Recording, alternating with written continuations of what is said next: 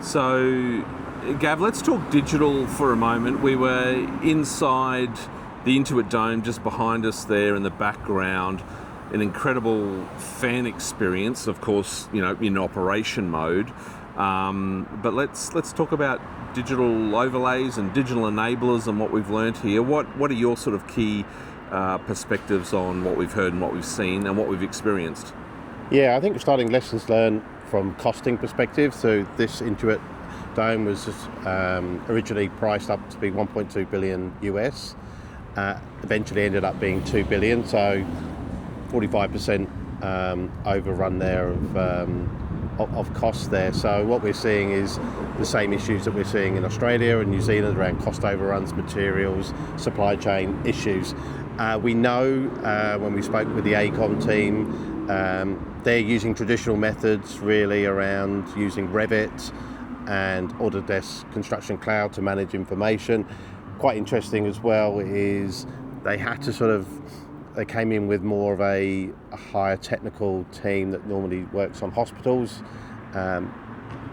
Stadiums are a less complex asset, so they had to sort of work out in terms of what was the problem statement for them using 3D, how much information do they put into the model, also using Esri as well from some analytical perspective, is understanding pedestrian experience and simulation from that. So quite similar to what we would experience about how we're delivering assets in locally.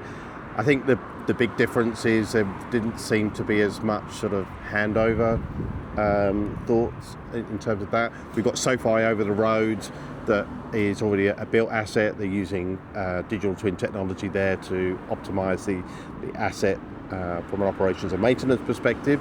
So we're still seeing a bit of a disconnect, and I think that's probably some of the lessons learned that Brisbane 2032 can look about, is how do we get more seamless thinking around CapEx and OpEx around digital and data really. And wouldn't you think one would hypothesise that being private sector led and funded and owned and operated venues, there would be less friction, less handover, less, or the life cycle and different stages of an asset continue. It doesn't matter whether it's one owner or operator or not, it's still disjointed.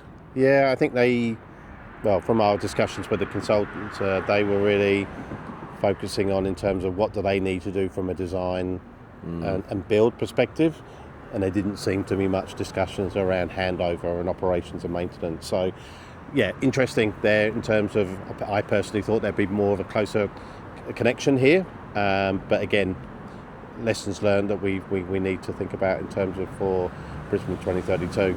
Yeah, absolutely. Till next time.